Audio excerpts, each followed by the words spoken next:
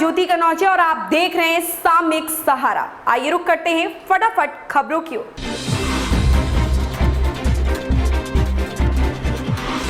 नेपाल में software firm पर police की छापेमारी।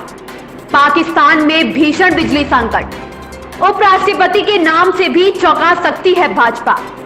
उद्धव सरकार गिरते ही शरद पवार की मुश्किलें बढ़ी। नुपुर शर्मा को सुप्रीम फटकार। मानसून में देरी के चलते महंगी होंगी दालें। पेट्रोल डीजल के निर्यात पर एक्साइज ड्यूटी बढ़ी। कमर्शियल सिलेंडर के दामों में भारी गिरावट। एकनाथ शिंदे के समर्थन में आए बॉलीवुड कलाकार। यार लैपिड बने इस्राइल के 14वें प्रधानमंत्री। नेपाल पुलिस ने अवैध गतिविधियों में शामिल होने के संदेह में एक फर्म पर छापा मारकर 46 लाख नेपाली रुपए के साथ कास्की जिले से 3 चीनी नागरिकों और एक नेपाली नागरिक को गिरफ्तार किया है।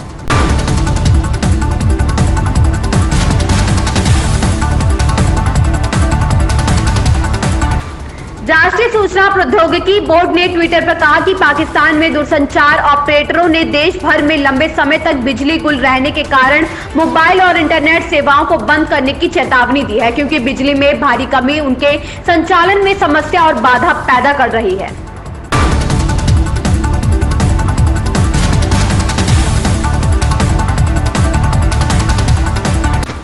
राष्ट्रपति के बाद अब उपराष्ट्रपति चुनाव का भी ऐलान हो चुका है। इसके लिए 5 जुलाई को नोटिफिकेशन जारी होगा। 19 जुलाई को नामांकन की आखिरी तिथि तय की गई है और 6 अगस्त को वोटिंग होगी। इसके साथ ही एनडीए और यूपीए में उम्मीदवारों के नामों को लेकर चर्चा तेज हो गई है। कयास लगाए जा रहे हैं कि द्रौपदी मुर्मू की तरह ही उपराष्ट्रपति के उम्मीदवार के नाम से भी भाजपा सबको चौंका सकती है।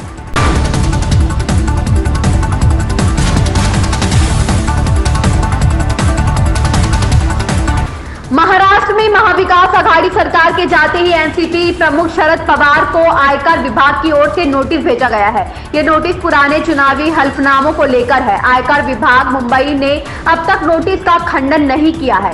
एनसीपी के मुख्य प्रवक्ता महेश भारत तपासे ने ट्वीट कर इस बारे में जानकारी दी है।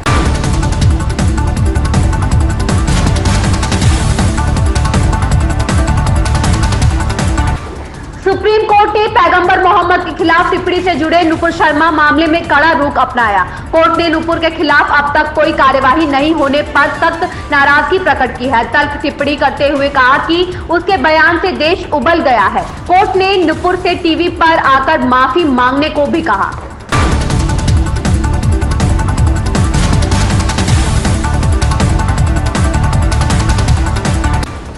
देश में करीब 3 माह की सुस्ती के बाद एक बार फिर दलहन के दामों में बढ़ोतरी शुरू हो गई है। इस तेजी की वजह मध्य प्रदेश, महाराष्ट्र और गुजरात के दलहन उत्पादन वाले इलाकों में दक्षिण पश्चिम मानसून में देरी को माना जा रहा है।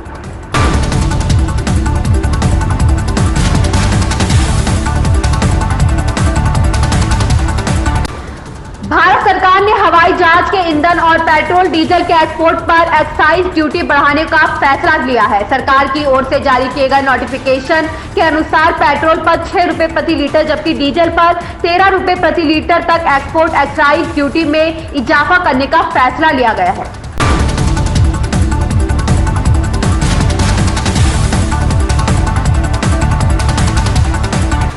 राष्ट्रीय राजधानी दिल्ली में कमर्शियल सिलेंडरों की कीमतों में 198 रुपए की भारी गिरावट की गई है। यह आदेश 1 जुलाई से प्रभावी हो गया है। इससे उपभोक्ताओं को भारी राहत मिलेगी। कंपनियों ने घरेलू रसोई गैस सिलेंडर की दरों में कोई बदलाव नहीं किया है, यानी ये यथावत रहेंगी।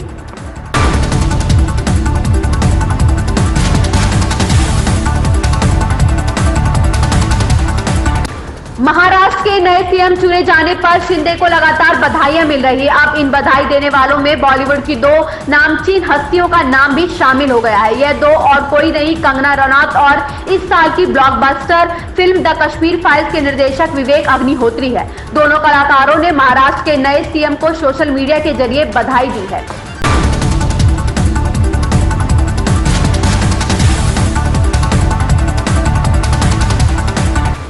प्रधानमंत्री नरेंद्र मोदी ने यार लैपिड के इस्राइल के 14वें प्रधानमंत्री के रूप में कार्यभार संभालने पर उन्हें बधाई दी है। लैपिड ने गुरुवार शुक्रवार की आधी रात को आधिकारिक तौर पर इस्राइल का पीएम पद संभाला। इन खबरों में बस इतना ही। बने रहें सामिक सहारा के साथ।